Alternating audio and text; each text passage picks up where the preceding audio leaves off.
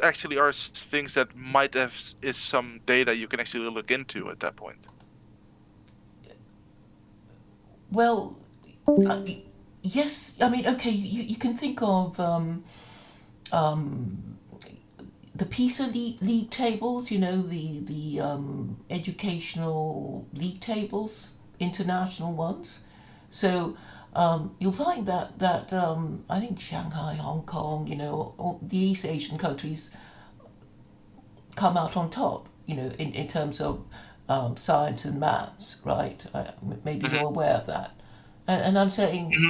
or Korea, and that's because it's not tolerated out there.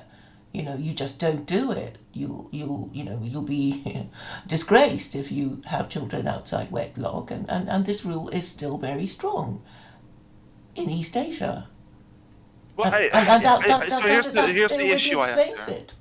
Hmm? Right. No, it's uh, to me, because here's like two small points, right? And I'll let you answer both. So, but at least let me finish, right? One is I don't see how like the consequences of having children out of work. Because as far as I would say, right, as I look at it, Hong Kong and Shanghai are way more westernized than I would, and which I think you would agree with, than China is by a long shot, of course. Um,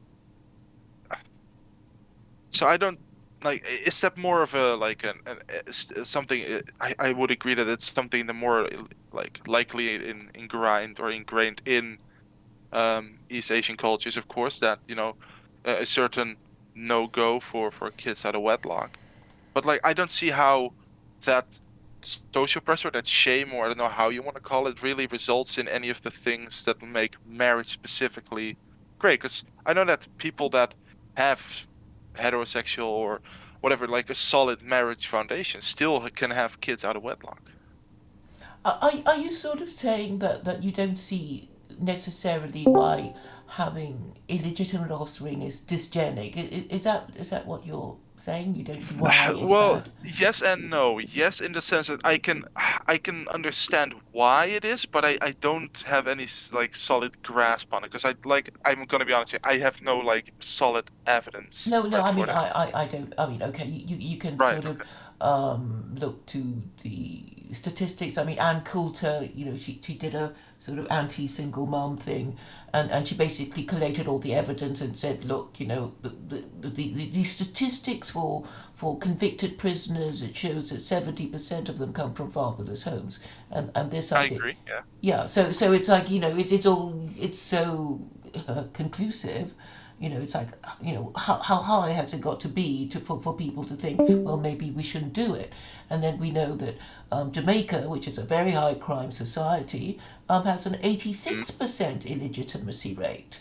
And then Because here's what my next question, right? Which is, so we both agree, for instance, that a family without a father, or maybe like is more inclination, the kids of those single parent homes have a bigger chance to become criminal, right? Or at least if you put them on a larger scale because of family imbalance, dysfunction, there's various reasons, there's various papers on it. Of course, there is, of course, that imbalance. But what I'm wondering is that you saying that it has to be specifically straight mom-dad families, or is it more about the exact like fact that there have to be two parents, and does it matter in like if they're straight or gay? um, I think, okay, I'm just going to come out with it. I'm just saying, marriage is actually meant to be eugenic. So people like Hitler and whatever, it's like they're just reinventing the wheel when they fussed about all the other stuff that they were obsessed about. I'm just saying, marriage, because it's saying, no, you don't have sex with a man because you think, ooh, he's got a big sex organ or rubbish. Like that's like, in the olden days, people would think, is this person going to be a good provider, husband, father? Is this woman going to be a good wife, good mother? They would be thinking in these terms. They wouldn't be just sort of, Oh, marrying yeah. somebody because they had good sex with them, right? Claire, Well, did you hold on? Claire, did you say that marriage was meant to be eugenics? Is that the Yes, word yes. that This is what I think. well, That's I, the I whole would. what point do of you it. define eugenics as? to maintain the quality of the next generation, to make sure that the next generation is not going to be somehow inferior to their parents, because I, I Blair, can I ask, wouldn't it be more fitting the definition that you just gave to be more of a survival of the fittest kind of? Because eugenics is more of like, and of course there's types of eugenics, right? Like, but like eugenics has this connotation, to me at least, where it's about as, and this is as far as I'm aware, all forms of it, as far as I can tell, that you actually physically have to alter something to achieve a certain set, like prime, like goal, right? Like this is what you consider either good or perfect or whatever. Whereas I think if it's like a survival of the fittest thing, I can see where you're coming from, right? Which is that, of course, humans in the past, especially way, way back, I would argue that the more civilization we got, the more we are also inclined to use marriage as a tool. I mean, political tools. I mean, how Mhm. Poland, Lithuania came to be via a dynastic marriage. Mhm. But I of course, yeah, caveman times, it was more about survival and therefore more about who's the strongest and who's the biggest lad around, so that will give me the most solid chance of having offspring. But is that eugenics or is that just survival of the fittest? I mean, we don't know, because in the end you can go over, you can go too far, which is why all these holy books, that they have rules about who we can and can't marry, and if you're incest is also dysgenic. So you can imagine, if incest suddenly became legal, and then recently I was in a discussion about incest, and then I found to my horror that it's legal in so many countries. So I don't know what's Hmm. going on now. Or what the Chinese did, the one-child policy. I think it's dysgenic, but they don't seem to be realizing Hmm. it, or are slowly realizing it, because once you get parents used to just having one kid, they're not going to want to have more than one, because they'll say, oh, it's all we can do to just keep the one that we have and look after it and pay for it. So this, even a one-child policy can be dysgenic. So I completely understand. Yeah, I mean, I don't know if I would agree, but like, are you saying that going what a natural inclination is for family building, and that imbalance you create is the problem? I don't know what you mean by imbalance, but obviously. So for instance, when you said the one child policy, right? Like you said yourself, like the whole one child policy is creating like this weird imbalance, right? Where you have people who want to have like the natural flow of what they consider a family, right? Hmm. Maybe one or two kids, a little house, a dog, a nice tree in the front yard, etc. Hmm. But because of that forced one child policy, it screws with their, like, I don't know, biological functioning. Maybe Hmm. is that what you're trying to say? Which kind of like Well, it's makes a them social problem, really, because you think, right. that all these sort of Chinese growing up with, with no cousins, right? That, eventually that they'll have no cousins, no aunts, no uncles. So it would impede their socialization I process. have none of those things. Yeah, but you're not And I racist. was from a nuclear family. Yeah, but you are from a nuclear family. I don't. Do you have? Are you an only child? Yes.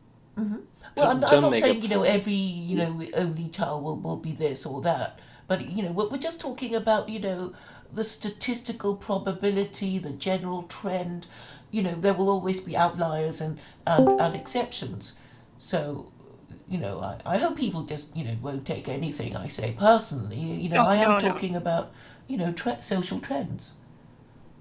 I'm trying to really grasp the core of what you're trying to tell me, right? And certain parts I completely understand the sentiment behind it, and some of them I can, in at least a capacity, I might even agree with. But I still have that issue, right? Like, 'cause whenever we get when I'm talking to you, it almost seems to come down to the foundational principles is the nuclear family, and that is the right way to go, and that shouldn't be experimented on. That should just be the standard. Yes, because Is it's sacred. In the sense that marriage is such an undertaking already, that if you mess with it, like it's like some really complicated machinery, and you just want to take bits out and play with it and stick it back in the wrong way, and then you're surprised that it doesn't work again. Okay, that's what I'm saying marriage is. And because once you upset it, everything will go wrong. So to me, I have two small questions, right? The first one you might be able to really answer pretty quick, which is, what is this sacred part you're talking about, right? Like, is it because it's like it has been proven to work, because that's just the way it is, kind of, or is it like, is there an actual holiness to it? Like, what is sacred in this sense? Well, I think it's a post-sacredness is that, if you think God was created, that's one of the reasons why he was created, to protect Hmm. the institution of marriage. Because, if you think of, well, how quickly it is possible to have sex and get knocked up, if, a matter of minutes. So if people think they can get away with it, they will do it. And therefore, you kind of need to put a policeman in their head to say, don't do it. Think of the policeman in your head, or whatever, or people will start cheating, and then their cheating will be discovered and they will be upset. I mean, imagine if you were married and then you discovered none of your children that you thought were yours are in fact yours. I mean, this can be, well, enormously upsetting, and destroying Right. relationships and trust between men and women. Because so this leads me to another question, right? And the other one I'll just put to the side because that's something we can come back later. Well, yeah, no, we'll take it in. Which is this solid family foundation. Does it? And I'm going to bluntly say, do you think it has to be men and women, or is it possible that solid foundation, this sacred foundation you're talking about, to also apply to same-sex couples? And this is not to judge. This is just for me to better understand you. Sure, I'm saying, Right. you've heard of people talking about male role models and female role models. So I Mm-hmm. think any Mm-hmm. child of either sex kind of wants to know, what is expected of a mother, what is expected of a father, and the interaction between these two parents. That's also instructive. You see, so you'll always find that children from big families are socialized, are more cooperative with other people, while singly parented children may have social problems because they don't have quite the opportunities for social interaction, with their extended family that whole family might have. If both mum and dad's families are getting on well, and you have cousins to play with and both sets of grandparents, and that sort of thing, and that's what I'm really talking about. And that it might sound nothing at all, but I think you do see the difference between singly parented children and people from extended families. Right. Got it. And also, Uh, people are more oh, tolerant in families because, I guess I'm just old enough to know that, oh, all my families are really weird and mad, and, but you still have to respect your elders, and you don't say, you put up with their stuff. But if you find, if teenagers go around in gangs, and they are, well, they're very judgmental about each other. You have to think and dress and talk exactly like them, or you're out oh, of for the sure. gang. Yeah. And there is very little tolerance, and very little tolerance between the generations, which is, I think, even more divisive than all the the fake racial divisions that the media seem to want to divide us with, because the real problem is gender relations and intergenerational relations.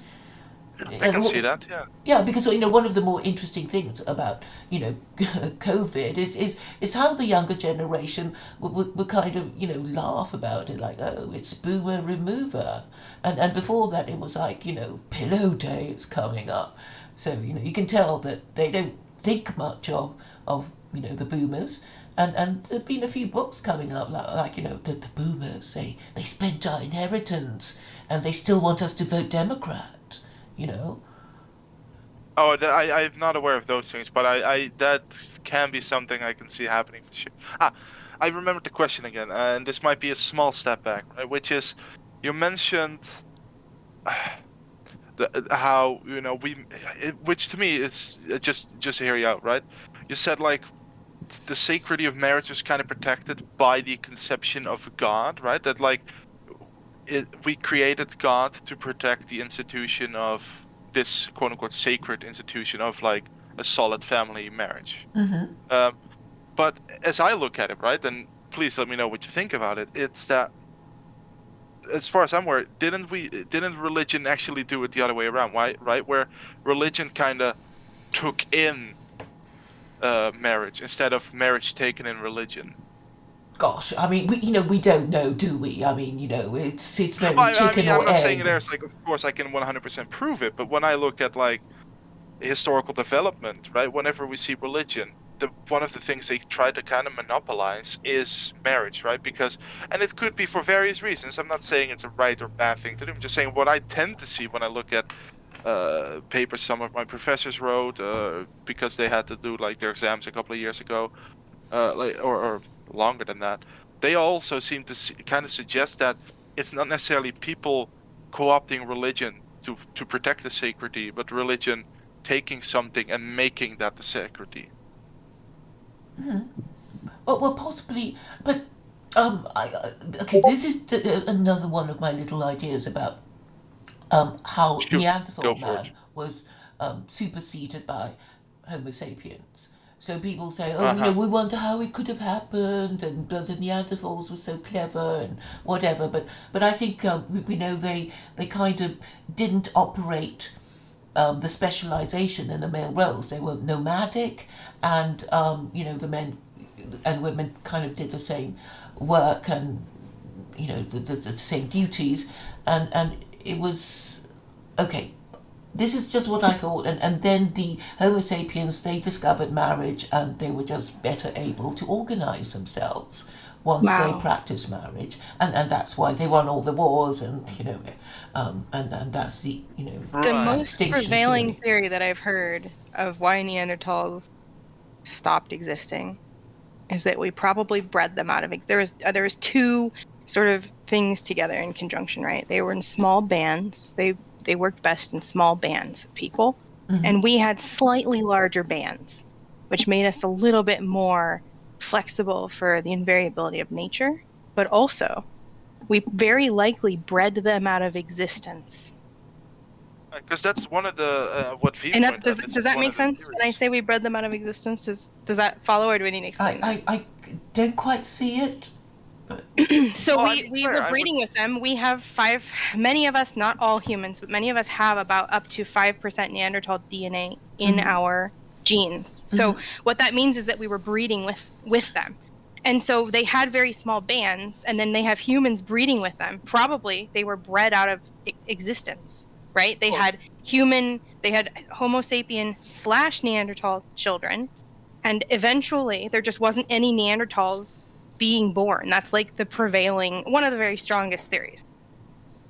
Claire, because to me, right, if we go by one of one of the more Also, prevailing theories I don't like know that. anything about the theories of marriage at the time, so that's very bizarre to me. I've Well, never heard anyone posit to know if they were being married at the time. I don't understand that. I don't know. well, But how besides, can you right, prove that when it was invented? But I'm just guessing at No, we some don't know, point but it that's was just pure invented. conjecture is my point. well, so Claire, I mean, it's not necessarily proof, right? But like usually when the first times like civil unions, marriages, however that particular civilization, tribe, or whatever called them, is that varies. So we can have like a ballpark, right? But V actually said something there, right? That one of the more prevailing theories about the whole Neanderthal Homo sapien thing kind of almost seems to play in with one of your earlier stated theories, right? Which is that well, I wouldn't say any because you specifically said marriage, but you might agree when I say that your theory when is that most like it seemed to be like human like voluntary connections, right? Let's say marriage, is kind of form of eugenics. Wouldn't you be able to apply that in this case, your theory, to this common thing then, right? Where you say, well, the Homo sapiens and the Neanderthals, right, we kind of bred them out of existence because we voluntarily made connections with them. You could call those marriage. I don't know if that was a thing then. We don't know that it was Well, that's what I'm voluntary. saying. Oh, They okay. may have bred Well, themselves out of existence. fair enough. Yeah, that might as well also be the case. I mean, bone till you croak, right? But I don't know. It seemed to be like partially something that could be connected to your theory, Claire. What do you think about that? Well, I suppose it could be. I mean, we're just speculating. I mean, Right. we know that there are societies called patriarchy, and there are societies called matriarchy, and societies that are matriarchies are quite primitive, and and they don't respect marriage, and and if we become like that, we'll just be Does China not respect marriage and is quite primitive? well, they have no fault divorce. It's that's all they have now. Wait, So I feel that's like not that was a respecting pretty plain marriage. yes or no question. Okay, so China's not respecting marriage. I don't think so because it's quite easy to get divorced in China, Are they isn't it? primitive people? Hmm? Are well, the other claim was that matriarchies are, primitive. Yeah, yeah, Tend to be in primitive people. yes. Or declining civilizations. Is China a declining civilization? No, no, it's sort of doing fine, but I'm saying, with its one-child policy, it will have difficulties every generation when the population halves, and we know Well, it's happening. Yeah, that's why they enact the one-child policy when they well, have too it, many people. not only that, the one-child policy has been gone for a little time now. Okay, I don't know. I don't know about the demographics of China, but Japan is also interesting because I think they were okay, and then they went on the pill, and then they started closing down their hospitals and schools because the population declined after the pill. Which may be part of the idea, but then you have these sort of strange phenomenon such as grass eaters, herbivores, men who are not interested in getting married, you know that sort of thing. So and yeah, their schools and hospitals closing down, and then worrying about not having enough people to do the work and that sort of thing. So it's just something to consider because if you play around, if you change these established rules and you upset them, then you will have unintended consequences that may not be very good.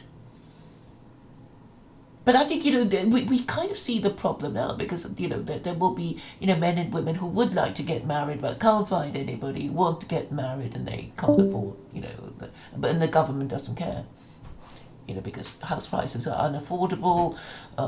People are concerned. And also people have all these sort of marriage substitutes. So it's okay to have sex before marriage. B, you can have civil partnerships. C, you can have legal. You can have gay marriage. So you already have three kinds of activity that distract us from marriage. So it means that people are getting married older. So we'll have fewer children that will protect them more and spoil them more, and they won't be as socialized. And yeah, and in the UK, I was listening today that they can't find enough workers to process, I don't know, the pork or whatever, because all the workers are East Europeans and they've all gone home, and you think, but what about the British? Can't they do their own work? And you think, and it appears, no, they can't do their own work. And that's why they're thinking of having to import European pork, which is, significantly cheaper, because, they can't actually find, working classes in Britain prepared to do the work that the East Europeans used to do. So, there will be difficulties that are just beginning to come out because they basically upset their own demographics without even thinking about it, and now they can't even admit that there's a problem. I mean, if you want to remain in existence as a country or whatever, you do need to have children and bring them up properly. And this is just something that cannot be discussed in government circles. They never talk about it.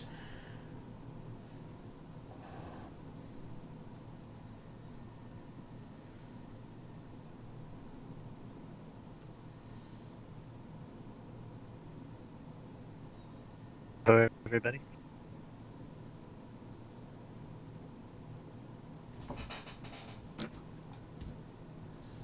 In response to something I heard earlier, I'm currently basically trying to slog through the translated Chinese civil, basically their constitution. I'm seeing if I can find the updated one-child policy or if it's changed or something. So I don't know. That'll probably take a while. I It's heard that it changed. I have no idea I about it. heard that as well, but I don't want to just say I heard it. I want to find it in their constitution. So I'll It let won't you be know the if I get any update on that. Constitution. This is like basically a file. It's like a law book, right? So, for example, Article 1063, the following property constitutes separate property of one of the spouses. Premarital property of one spouse, compensation or indemnification received by one spouse for injury inflicted upon him, property that belongs to only one spouse is provided in a will or gift. So this is basically a law book. It's a very long compilation of laws. So I'm going to see if I can find it, and I'm not going to interrupt, but I thought I'd mention that I'm doing that. I can give you a video where, let's see, from 2 months ago by China Uncensored, that apparently, I'm checking it right now, but I believe that it's the state announces, state-run media, that they actually have a 3-child policy in the works. Hey, see, I looked up the search term "child" to try and find it. I'm not sure how it would be stated in the legal documentation. So Well, I don't want to look up 3-child and not get anything. No, I got that. That's why I'm saying what I can tell from state-ran media is that it's in the works, whatever that means Okay. in China. You think they might have like a 2-child policy? I know now? that currently it's a 2-child. Yeah, so I'll see if I can find that. They like in the Ragnar actually posted it. Like it said, like in the 80s, they kind of like allowed rural parents to have like a second kid because they were like, man, we need to increase the output of our food because, man, those famines sure are cutting down our manpower. So you of course want to have more people work in the fields. And even then, like, if the first was a daughter, you were kind of allowed to like try again because then at least you have, you know, a second chance at a boy. And if it's then not a boy, well, issue. Yeah. And then, like, One-child 2015, policy they was reversed modified to one-child. allow the first one being a daughter. Maybe Sounds like- I can find something along those lines. So and like Ragnar also posted, in 2015 it became like a nationwide two-child limit. But I believe like I said, let's see.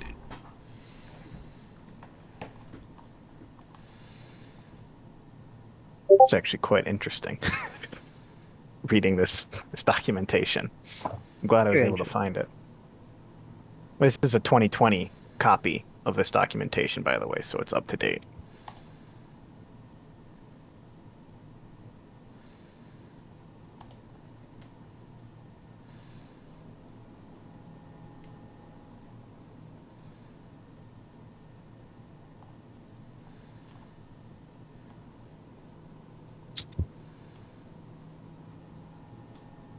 Yeah, so what I can read is that the Chinese government currently is looking into a 3-child policy because even with the 2-child policy, birth rates have been dropping for like 4 years.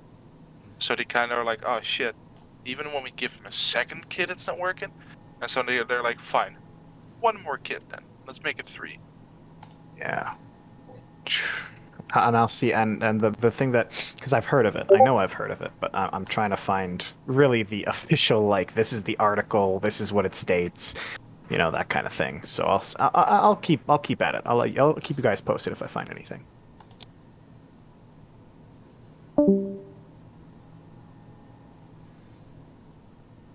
Might as well post a video on it for people who are like this. This is, by the way, an amazing YouTube channel on China.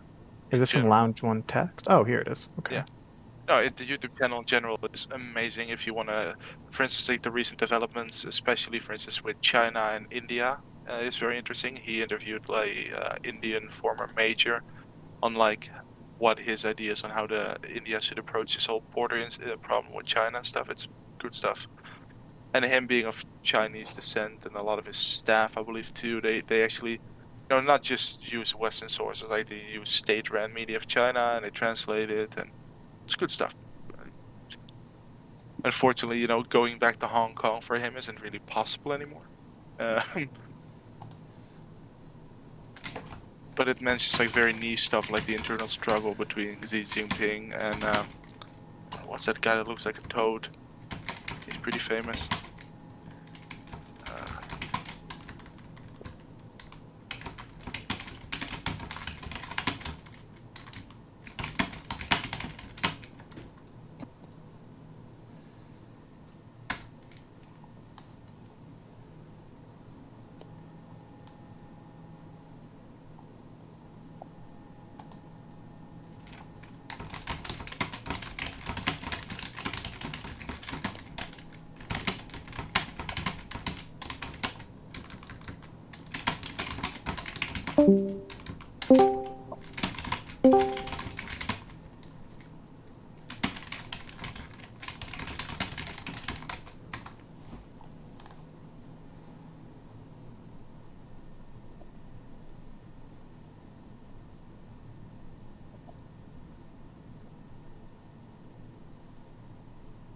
Oh no, there's a discussion in the text channel about preaching.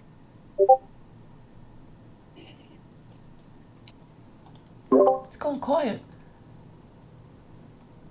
It sure is, yeah. I mean, yeah. I mean, I don't know. I don't really have any questions more. Like I think I now kind of understand better where you get from at least. Because initially when I joined, I was completely fucking confused on what the hell was going on. Yeah, I think the subjects did jump all over the place. I think it started with abortion. Oh, for sure. And Oh, I missed that part. yes. Ah, yes, Edison. By the way, I saw an earlier message you typed. Yes, indeed, it is another British person. Although they sound more sophisticated than you, Edison. I'm not gonna lie. Say that again. I missed what you said. Fuck. You just got roasted, dude. How does it feel to be crispy? I missed it, so you're gonna have to repeat it for me. She Whenever I does go sound off- like very posh and well-educated type of English, you know. Oh shit, dude. Well, posh doesn't mean okay. Well, she sounds like how I imagine an English professor speaks. Okay. Which, granted, my only reference is like, well, one, but still.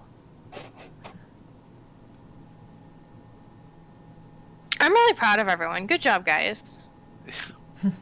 T4 wasn't here, so I had to do it for him. Just in case. No, you're amazing. There we go. Now we covered them all. No, you're interesting.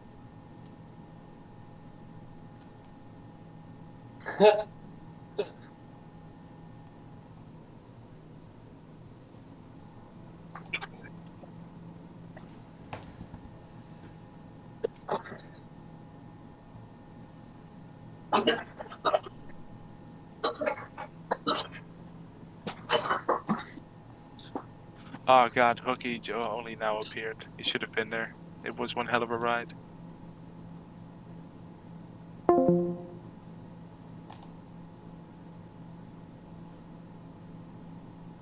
Hi, people.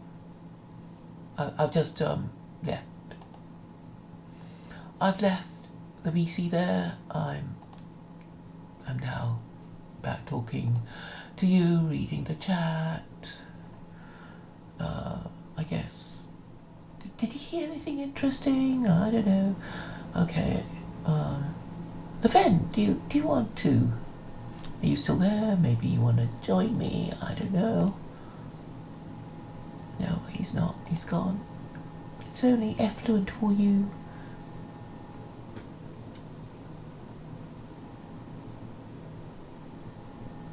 I have no idea who this James Cornett is, who basically messes up your chat.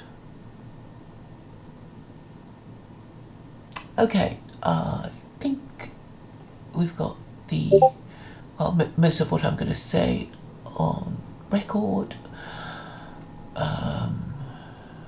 Hope some of it was of interest.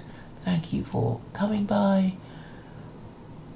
I'll be off now then.